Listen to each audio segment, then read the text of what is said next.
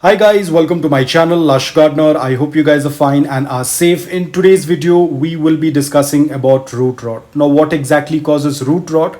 Now, when the soil tends to stay moist for a longer period of time, that will lead to root rot. That is the reason why we need to have a well-draining soil, a soil that tends to dry faster. The longer the soil stays wet, the more chances that your succulent will have a root rot. Even if your soil mix is very compact, if it's not up to the mark, that can also lead to root rot. Now this video is of the last year. Now last year we were hit with a lot of cyclones, due to which there was a lot of rainfall, and unfortunately I was not able to cover a lot of my succulents, due to which a lot of succulents received rainfall. Now this is the reason why I always advise you to cover your succulents when it tends to rain, because at times rains can last for weeks, which is not very good for your succulents. And definitely if your succulents are open, if it's raining for a week, your succulents will have a rot, either a crown rot or a root rot or a stem rot. Now here, as you can see, this soil was wet for almost 2 to 3 weeks, due to which the roots started to rot. Now I was able to save a lot of the succulents because I was keeping a watch on it. I was very restless because I couldn't do much. The pot was very heavy. I could not move it. I did not have much space. My plastics were torn because of the cyclone. There was so much of wind, all of the plastics were torn and all the water started entering into the pot. A lot of the pots could not be moved because they were very heavy, and all I could do is just stand and watch them rot. So as soon as the rains stopped, I immediately went to rescue them, and a few of the succulents, they started to break. As I was trying to get them out from the pot, you can see this is how they started to break. Now this was because the root was already rotted. The rot then got transferred to the stem, and thus the stem started to have the rot as well, because the root will immediately start passing that rot onto the stem. From stem it is going to go to the crown area and the entire succulent will die. But over here, as soon as I went to take out the succulent from the soil, they started to break apart. The stem started to break because the stem was no longer strong enough, because the rot had already started.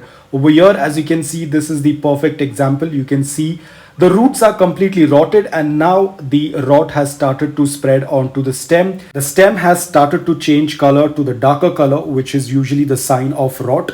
It turns darker in color. You feel there is a lot of water. As you can see, the moment I'm squeezing it, there's a lot of water that is coming out. The stem is very mushy. It's very soft. This indicates that the stem is no longer functional. The roots are completely gone, and now the rot has started to spread upwards.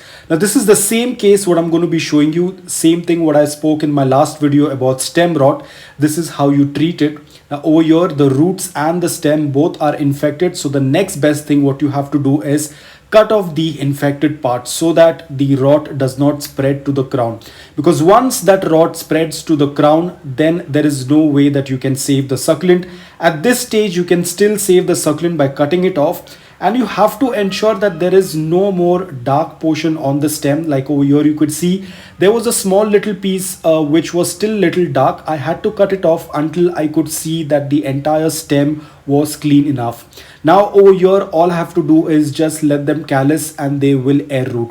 So it's very important, the earlier you notice, the much better, because once the rot has spread to the crown area, then the succulent is completely gone. You will have to trash your succulent. Now because over here I was able to save a lot of succulents, because I was aware that the soil has been moist for a long time and there is going to be a definite rot. But a lot of times these things go unnoticed and we realize it very late when the rot has already reached the crown area.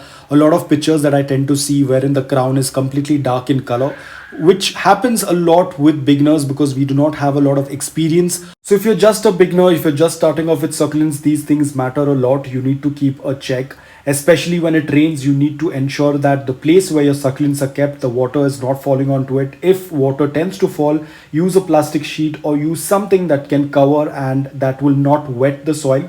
After the rains have gone, just open the plastic sheet and check if there is any water in the soil.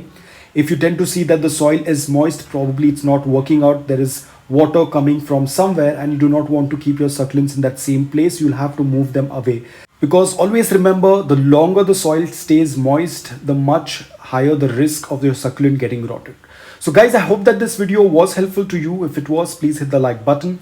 If you're new to my channel, please consider subscribing to it. Until then, take care, stay safe and keep propagating.